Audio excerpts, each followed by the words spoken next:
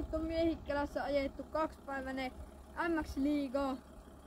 Ja ihan hyvin meni, että toista kertaa pääsi ajamaan A-finaaliin ja parhaita sijoja ajelin tänään, mitä ikinä olen ajellut MX-liigassa.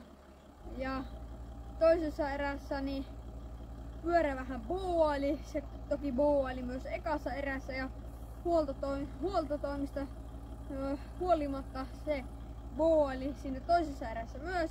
Elikkä niinku selkeämmin sanottuna meinas hyytyä. Eli pyörä jakeli, sitten pyörä booas. Eli en saanut sen takia oikaistua enää sitä jakelua ja sitten lähettiin ja olkapäähän vähän sattui, että jouduin 3. kierroksella tosiaan erän keskeyttämään ja toivon mukaan olkapäähän ei kovin pahasti käynyt, että oli sama olkapää mikä talvella murtui ja toivon mukaan pääsin mahdollisimman nopeasti taas pyöräselkään ja kisakentille.